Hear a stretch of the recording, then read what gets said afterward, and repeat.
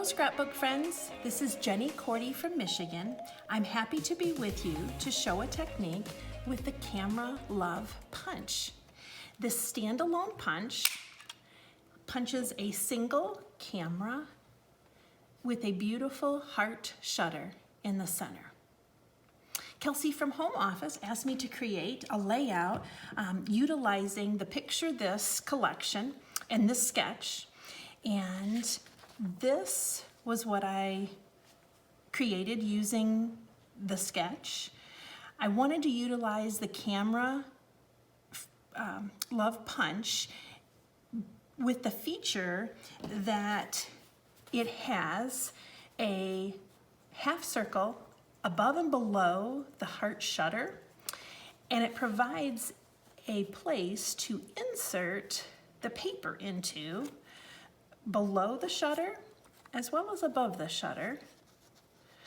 And on the layout that I made for the worldwide crop, it actually borders my center accent strip, and utilizing the hearts that are punched, I just added those in for a little added color. The layout was also, I adapted it to be turned. So this is the way the layout was to begin with. And I turned it, rotated it 90 degrees to feature a vertical picture. The vertical picture, I utilized the rectangle custom cutting system, utilizing not only the mat cutting with it, but as well as the picture, and then just bordered that particular shape with the cameras and accenting with the hearts. Turned out to be a great feature for that center strip. Another example with our custom cutting system is the jumbo hexagon, utilizing 3 of the camera punches along the 6 sides, tucking those shutters underneath the edge, just add a little something to that border. Another way that you can use it is for borders as well. This particular border has the Camera Love Punch at the top of it, and utilizing the border maker system as well as the decorative trimmer to form that particular border. And then one last border I wanted to share with you, and a little bit of a different technique.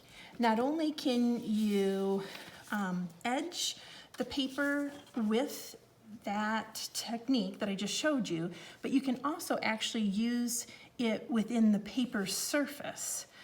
So this particular border, the shutter is actually tucked in behind, and I utilized the 12-inch trimmer to make a perforated cut in the paper so that the shutter can stick in behind the perforated cut.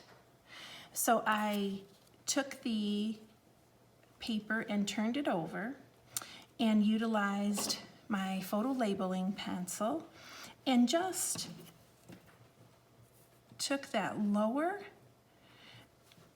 half circle and drew around that lower half so that I knew approximately where to cut with my perforating blade. So I'll show you here with the custom, or with the 12-inch trimmer. Utilizing that perforating blade,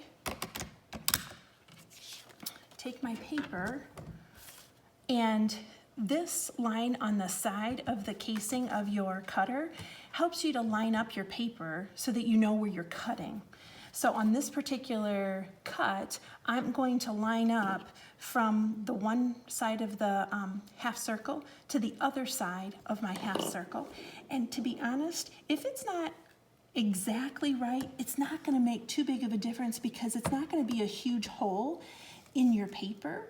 It's just going to be a little bit, and each piece of that perforation you can either use it or not use it, and it'll still be closed. I can show you that here.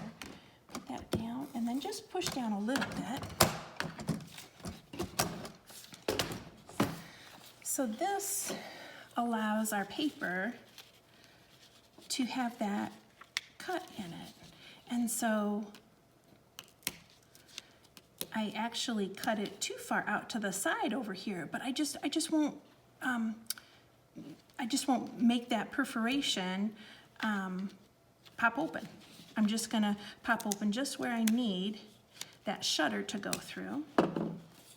And then I'm gonna take the shutters and put them through that small hole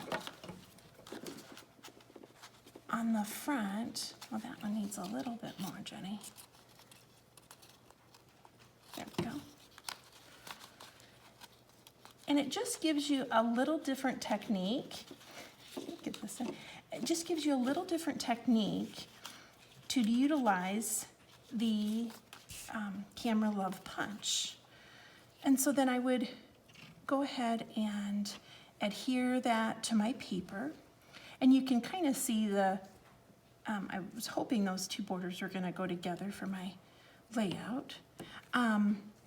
You can kind of see that it doesn't exactly have to be an exact perforated cut along there for that shutter to go in behind. And then you can go back later and add those colorful hearts to the center of those.